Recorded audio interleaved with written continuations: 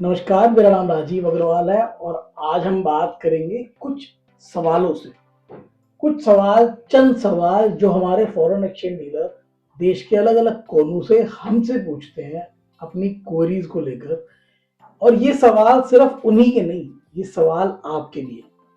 एक foreign exchange dealer होने के नाते जो एक नई स्कीम आती है या नई स्कीम आने वाली है या अभी आई है या ड्राफ्ट रिलीज हुआ है, उस स्कीम में ज़ाहिर सी बात है आपको भी काफ़ी सारे सवाल होंगे। तो मैं चाहता हूँ कि आज कुछ ये सवाल हैं जो हमने गोपनीयता का पूरी तरह से ध्यान रखते हुए आप तक पहुँचाने का प्रयास किया है। प्लीज़ आप गौर से सुनिएगा, हो सकता है ये सवाल आपका भी हो और आपकी क्वेरी हम सॉल्व कर पाए, तो यही हमारे लिए सबसे बड़ा आज का आउटपुट होगा। तो हम शुरू करते हैं इस एक क्वेरी से। जी बताइए। हेलो। हेलो। जी बताइए। हाँ जी, नमस्ते सर। नमस्कार जी। सर मेरी 3-4 क्वेरीज है आपसे जो कि मैं आज पूछना चाहती हूँ। बिल्कुल जैसे बताइए। मेरी फर्स्ट क्वेरी ये है कि सर जो एफएक्सीएस का न्यू स्कीम आया है ये हम लोग के लिए बेनिफिशियल है कि नहीं है, एग्जैक्टली हमें पता नहीं चल रहा जी। मुझे सिर्फ आप ये बताइए कि आप कौन से शहर से बोल रहे हैं? सर हम मुंबई से बात कर रहे हैं। देखिए, हम एफएक्सीएस स्कीम की बात कर रहे हैं। FXCS scheme is linked with Reserve Bank of India. Reserve Bank of India ने 26 दिसंबर 2023 की इवनिंग को ये स्कीम अपनी वेबसाइट पे अपलोड की थी। और ये स्कीम को गौर से पढ़िए अगर आप, तो आप देखिए सबसे पहले इसको एक एक हिंदुस्तान, एक भारतवासी की तरह पढ़िए, तो आप इसको पाएंगे कि ये स्कीम हमारे भारत राष्ट्र के लिए तो लाभकारी पक्का है। तो सबसे पहले तो ये क्लैरिटी हो जाती है भारत के लिए लाभकारी कैसे है। भारत के लिए लाभकारी ये स्कीम ऐसी इसलिए है क्योंकि जो पैसा, जब कोई फॉरेन एक्सचेंज डीलर करेंसी खरीदता है किसी AD1 से या AD2 से, और वही करेंसी वो रिटेल सेल में कर देता है, यही दिखाता है 90% फॉरेन एक्सचेंज डीलर।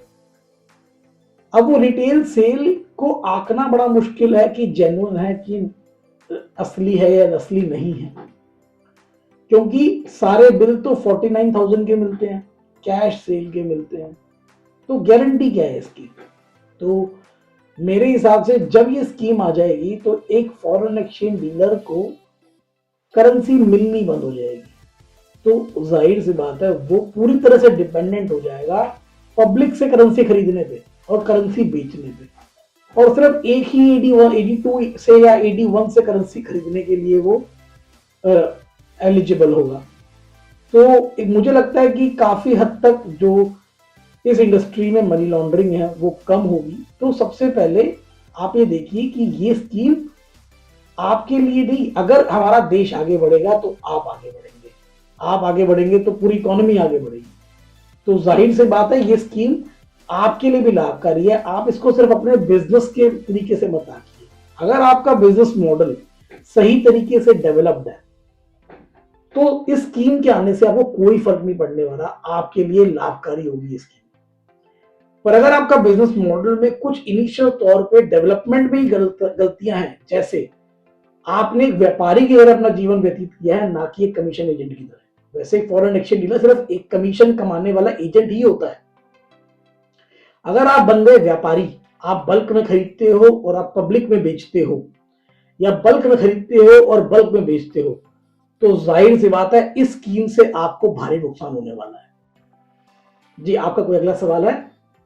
हाँ जी सर। सर मेरी सेकंड क्वेरी ये है कि सर आपको तो पता है कि जो नया स्कीम आया है एफएक्सीएस का, तो सर इस दौरान मेरे कुछ नोन में डीलर्स है जिनको ना नया लाइसेंस लेना है, तो सर क्या अब ये सही वक्त है लाइसेंस को प्रोसेस करने का कि नहीं, मतलब क्या किया जाए इसमें एग्जैक्टली। देखिए, ये अभी वेबसाइट पे ड्राफ्ट आया था, ये अब तक कानून नहीं बना है।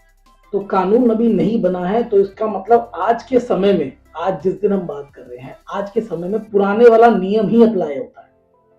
पुराने वाले नियम अब जब अप्लाई हो रहा है तो आप पुराने नियम विधि विधान से अपना लाइसेंस अप्लाई कीजिए। कोई मनाही नहीं है, कोई कानून उसमें नहीं बदला है। आप अपने कागजात पूरे करके AP कनेक्ट की एप्लीकेशन के ऊपर अपना लाइसेंस प्रोसेस कीजिए। अगर आपके क्रेडेंशियल्स मजबूत होंगे तो जो रेगुलेटर हैं वो जरूर आपकी फाइल को प्रोसेस कर सकते हैं। उनके पास डिसीजन मेकिंग पावर है। बहुत सारी चीजें होती हैं एक फाइल को प्रोसेस करने में। हमने जितना सीखा है आप सब लोगों से, या आप सब लोगों से जितना हमने पाया है अपनी फाइल को प्रोसेस करते वक्त, प्लीज आप अपने ये इन चीजों का ध्यान रखिएगा। 3 बातों का विशेष ध्यान रखना आपने। First is education qualification, second is director should be experienced. जो भी व्यक्ति आपकी कंपनी में डायरेक्टर बन रहा है उस व्यक्ति के पास फॉरेन करेंसी में डील करने का एक्सपीरियंस होना चाहिए, और एक्सपीरियंस एक जेन्युइन एक्सपीरियंस होना चाहिए, उस व्यक्ति को नॉलेज भी होनी चाहिए। रिजर्व बैंक कभी अगर आपको बुला भी सकता है नियमों के हिसाब से, देखिए अगर इन सब चीजों को आप प्रॉपरली पास कर लेते हैं तो आपका लाइसेंस डेफिनेटली रेगुलेटर साहब दे सकते हैं। इसमें अभी तक कोई ऐसा नया बदलाव नहीं आया है।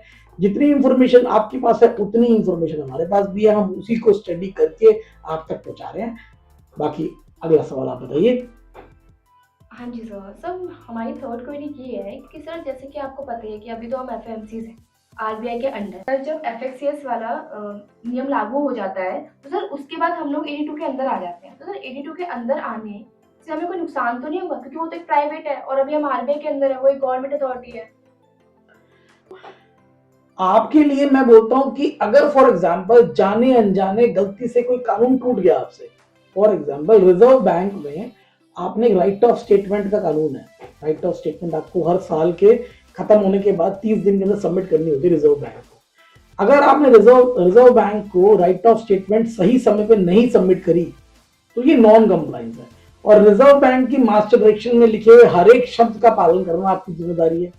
अगर आपने किसी का भी अनुपालन किया है तो नॉन कंप्लायंस है फॉरेन एक्सचेंज मैनेजमेंट एक्ट 1999 का। अब अगर यही नॉन कंप्लायंस हो सकता है 82 आपको बोले कि मुझे महीने में एक सबमिशन आपने करना है या साल खत्म होने के बाद एक राइट ऑफ स्टेटमेंट सबमिट करनी है, और वो राइट ऑफ स्टेटमेंट अगर आप 82 को सबमिट नहीं कर पाए भविष्य में, या कल को क्या नियम बनाता है 82 ये अभी भी भविष्य के गर्भ में है, पर अगर भविष्य में कोई भी आपकी स्टेटमेंट 82 को देने से कुछ दिन आप लेट हो जाते हो तो वो कोई फैमा का नॉन कंप्लायंस नहीं है। तो मेरे हिसाब से जब आप 82 के संरक्षण में होंगे तब ज्यादा सेफ रहेंगे, क्योंकि बड़े बड़े कानून, Prevention of Money Laundering Act, Foreign Exchange Management Act, इन सब के जो एक रिप्रिकॉशंस है उससे आप बचेंगे। अगर छोटी मोटी गलतियां आपने करी होगी तो 82 ही आपके समझा सकते हैं, बिकॉज वो भी प्राइवेट है, आप भी प्राइवेट है। क्वेरी ये है सर कि हमने एक अपना लाइसेंस जो एफएमसीज का वो रिन्यूअल के लिए डाला हुआ है।